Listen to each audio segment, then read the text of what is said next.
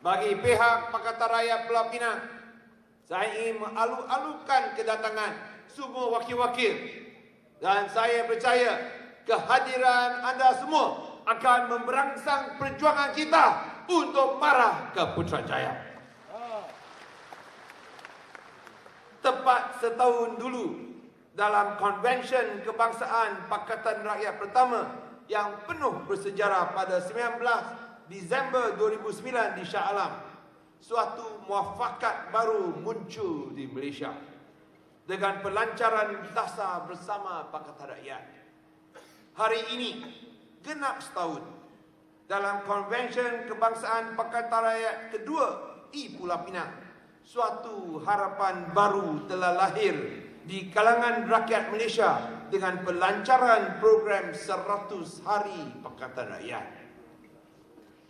Saya pasti dalam Konvensyen Kebangsaan Pakatan Rakyat ketiga pada tahun depan, suatu kerajaan baru berjiwa rakyat akan terbit di Malaysia. Yang martabatkan rakyat dan mendukung ketuanan rakyat. Mengimbas kembali kepada dokumen dasar bersama Pakatan Rakyat yang merangkumi prinsip-prinsip asas perjuangan gabungan PKR, PAS dan DAP. Ia mengandungi 4 tajuk utama, iaitu 1. Demokrasi telus dan tulen. 2. Memacu ekonomi berprestasi tinggi, mampan dan adil. 3. Keadilan sosial dan pembangunan negara. 4. Hubungan persekutuan negeri dan dasar luar negara yang penuh dengan harapan baru dan dasar-dasar baru yang boleh menjanakan reformasi kepada negara. Sekiranya dasar bersama Pakatan Rakyat boleh membawa perubahan kepada rakyat Malaysia, maka program 100 hari secara terperinci menggariskan secara menyeluruh langkah-langkah spesifik secara permulaan untuk menjalankan urus tapi baik demi kesejahteraan rakyat Malaysia.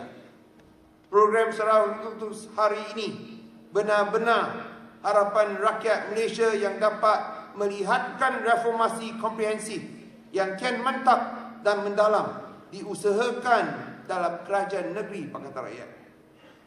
Bagi pihak Pakatan Rakyat Pulau Pinang, kesediaan menerima pakai 2 inisiatif kami amatlah dihargai, iaitu program liputan Wi-Fi percuma yang akan lengkap pada akhir tahun depan dan pemberian RM100 setahun kepada warga emas yang melebihi 60 tahun, di mana di peringkat kerajaan persekutuan, bila Pakatan Rakyat berjaya, setiap orang warga emas akan diberikan RM1,000 setahun. Akan tetapi program 100 hari Pakatan Rakyat bukan untuk semua orang. Bukan untuk orang yang menentang konsep kerajaan berjiwa rakyat, martabatkan rakyat dan ketuanan rakyat. Program 100 hari ini adalah untuk rakyat Malaysia sebenar, tulen dan watan, iaitu the real Malaysians. Siapa sebenarnya the real Malaysians? Siapa sebenarnya the real Malaysians yang sering dilupakan oleh media massa dan kerajaan Barisan Nasional? Sebelum kita mengenal pasti mereka, harus dulu kita menyatakan siapa yang bukan rakyat Malaysia sebenarnya. Who are not the real Malaysians?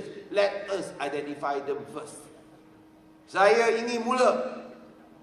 Mereka yang bukan rakyat Malaysia sebenarnya ialah mereka yang hanya tahu benci membenci dengan menggunakan fahaman ekstremis, baik ekstremis kaum, jantina maupun agama. Golongan yang hanya tahu diskriminasi, menganiaya dan merendahkan orang lain, malah meraihkan tragedi berdarah 13 Mei seperti yang dilakukan oleh pendukung-pendukung utusan Malaysia dan Barisan Nasional yang hanya beralakan isu 3R. yang hanya memperalahkan isu 3R, race, religion and raja. Mereka lah bukan rakyat Malaysia sebenarnya.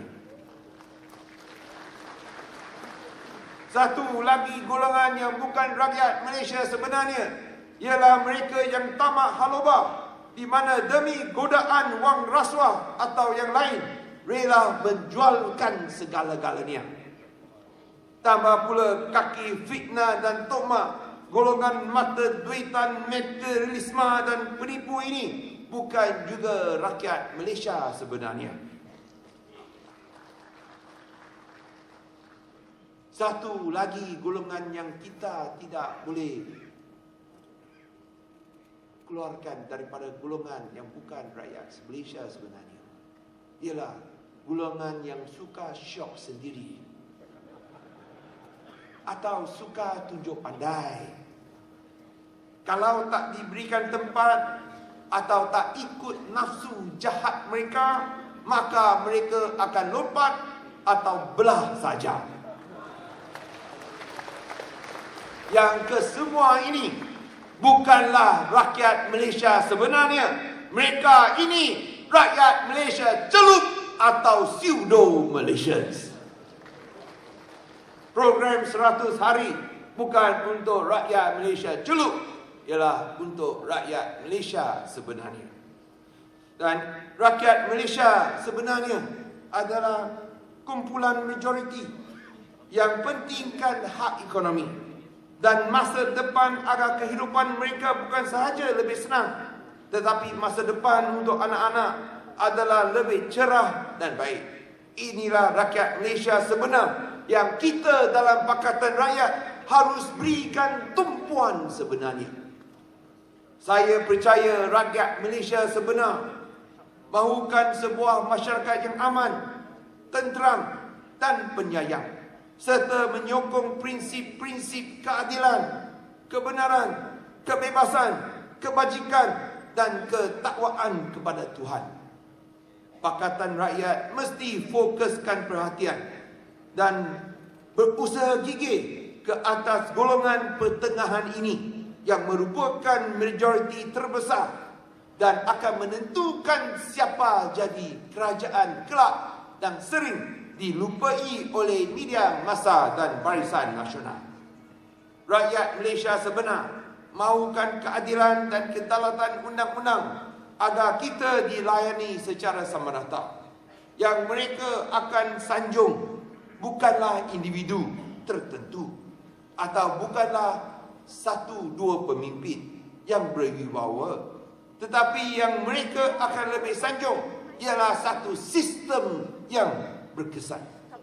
Sistem berkesan yang membolehkan sesiapa menjalankan urusan kerajaan tanpa menerusi pihak ketiga atau kenal orang tengah. Hanya kenal undang-undang dah cukup. Itulah sistem kedaulatan undang-undang yang sama rata, tidak memihak kepada siapa-siapa yang rakyat Malaysia sebenar mahukan. Rakyat Malaysia sebenar juga mahukan kebenaran supaya masyarakat dan anak-anak kita tidak akan hancur.